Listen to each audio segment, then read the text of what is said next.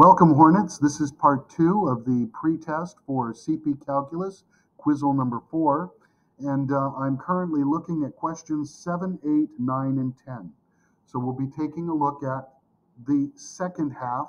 That's the opposite side of the pretest. So let's take a look at the first question. Suppose f of x is equal to x squared plus bx plus c at x is less than negative 1 and 7x minus 2 for x greater than or equal to negative 1. If f of x is differentiable at x equals negative 1, then c equals what? Notice we're not trying to find b, we are trying to find c. So let's go ahead and begin. We start by taking the two equations, x squared plus bx plus c, and we set it equal to the 7x minus 2 at x equals negative 1. We're going to plug in the negative 1, which gives me 1 plus negative b plus c equals negative 7 minus 2. That means that negative b plus c has to equal negative 10. Unfortunately, we still don't know what b or c are, so we're now going to take our derivative of the original piece that we started with. So the x squared becomes 2x, bx becomes b, c drops away to a 0, 7x becomes 7, and 2 drops away. We now plug in negative 1, and we solve for b. Since negative 2 plus b has to equal 7, b has to equal 9. If b is equal to 9, then negative b plus c has to equal negative 10. Negative 9 plus c must still equal negative 10, which means that c equals negative 1. I then go down and I find the answer negative 1. Number 8 is very similar to what we saw on the previous work, and that was finding the equation of the tangent line, but instead of giving you an x value here, I'm now giving you a y value. So it's going to add an extra step to our work where we will have to first figure out what is the x value that we're trying to find the tangent line at. So go to y equals and clear everything out and put your equation in. 2x to the power of 3 minus 4x plus 6. Below it, put 2. We're now going to find zoom 6. Where is this graph going to intersect 2? And you'll notice it's pretty clear. It's right there. So what I'm going to do is I'm now going to hit second trace and find my intersection 5. As we did before, move close and hit enter, enter, enter. Write down this answer, negative 1.7693. It's actually 29, but let's not worry about that. If you want an exact value, make sure you go back to your float, put it on float, and you'll have to do it again. So if you now hit your graph, second trace, find your intersection 5 between the two values, you'll notice you now get a more precise answer. That's where that 929 comes from. So our goal, once we have that value of x, a negative 1.76929 or negative 1.7693, you're now going to hit second program again. That's second blue draw program. This is going to give you your choices to draw the equation of the tangent line 5. And you now want to put negative 1.76929 followed by enter. Now remember, I did not take it off float, so it's a huge value. If you cannot see all of the digits, you have to go back to mode, change it from float, put it on to 4, and now go back to your graph, second vars, find the tangent line at negative 1.76929. Enter, and now you'll see the values very reasonable 14.782, and 28.154. And now it's a matter of simply finding the appropriate answer. And it has to be one of them. Okay, so please be aware of that. Alrighty, next, we're going to be taking a look at the next number on this sheet. This is a limit. It is a one-sided limit. Let's just go to it. If you wish, you can graph this on your graphing calculator.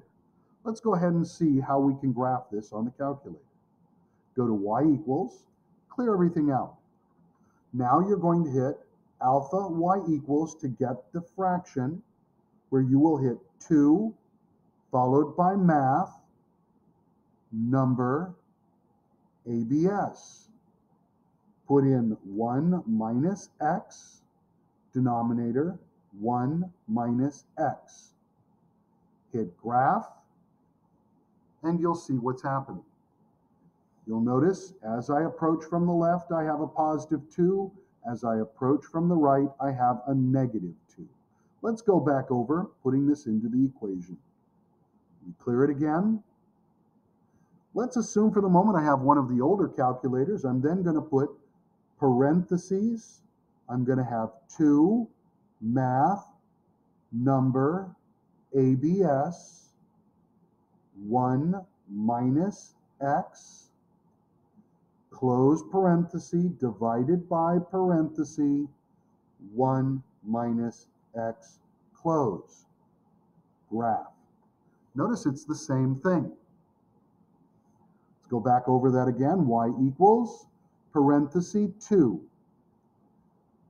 Math, NUM, 1 absolute value, and then you finish. Put inside the absolute value 1 minus x, close parenthesis after the absolute value, divided by parenthesis 1 minus x. Now, if you have the newer calculator, alpha y equals 1. 2 math, NUM absolute value, 1 minus x, move the arrow down, 1 minus x, zoom 6. And now you can answer your question. Positive 2 is the answer. Or you can do a table of values. Remember, it's got an absolute value, so we make a table of values. We're approaching 1. That's the jump. So I'm going to use 0 and negative 1 or negative 2. If you plug in 0, you get 2. If you plug in 1, you have 2 over 2 times 2. Notice you're always getting 2, and my answer is D. This brings us to the last question.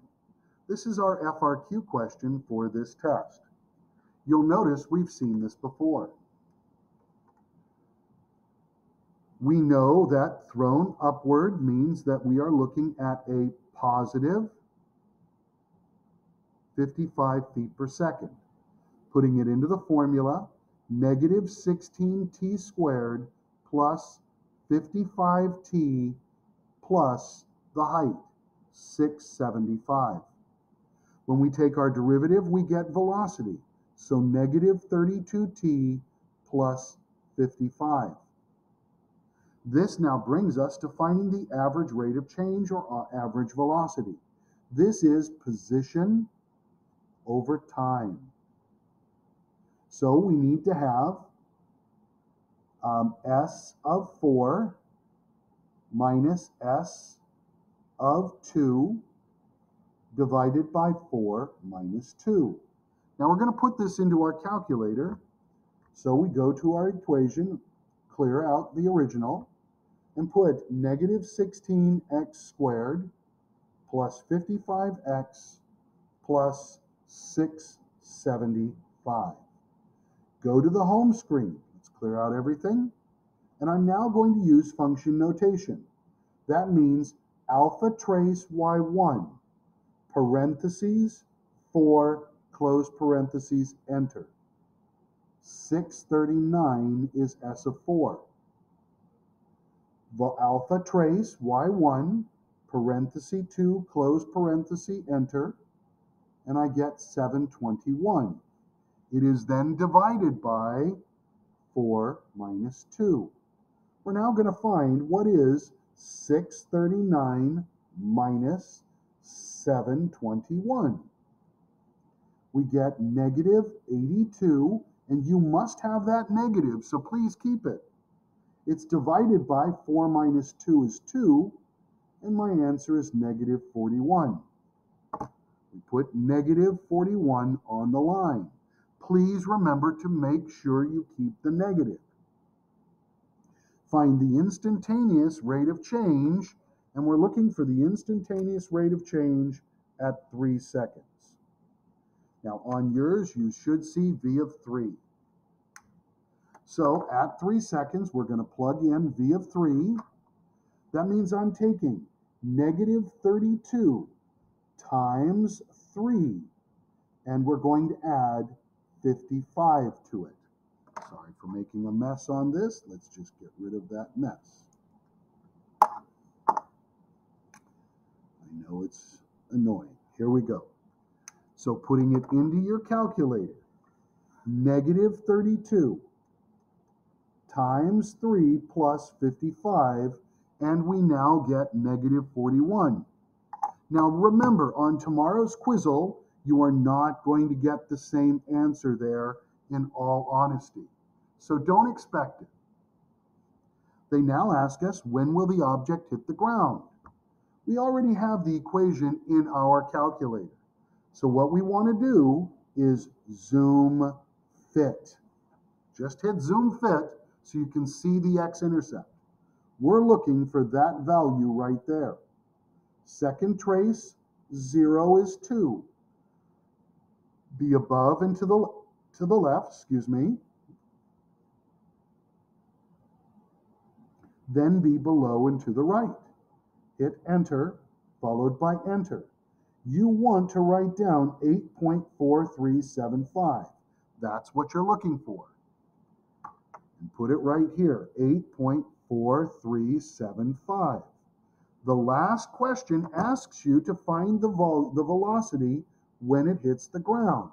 So make negative 32 and put 8.4375 plus 55. Notice it's the velocity formula with this time put in. So here we go. Go to your home screen, put negative 32 multiplied by 8.4375 and add 55. Hit enter, and that's your answer. The velocity of the object when it hits the ground is negative 215 feet per second squared. Make sure you have the negative or you'll end up getting it wrong. This is our pretest, and it has gone over information that we've been doing for the last 2 weeks to 3 weeks. Alrighty, thank you very much, and I hope you come in if you have questions for me. Be well, be safe, and take care. Thank you very much.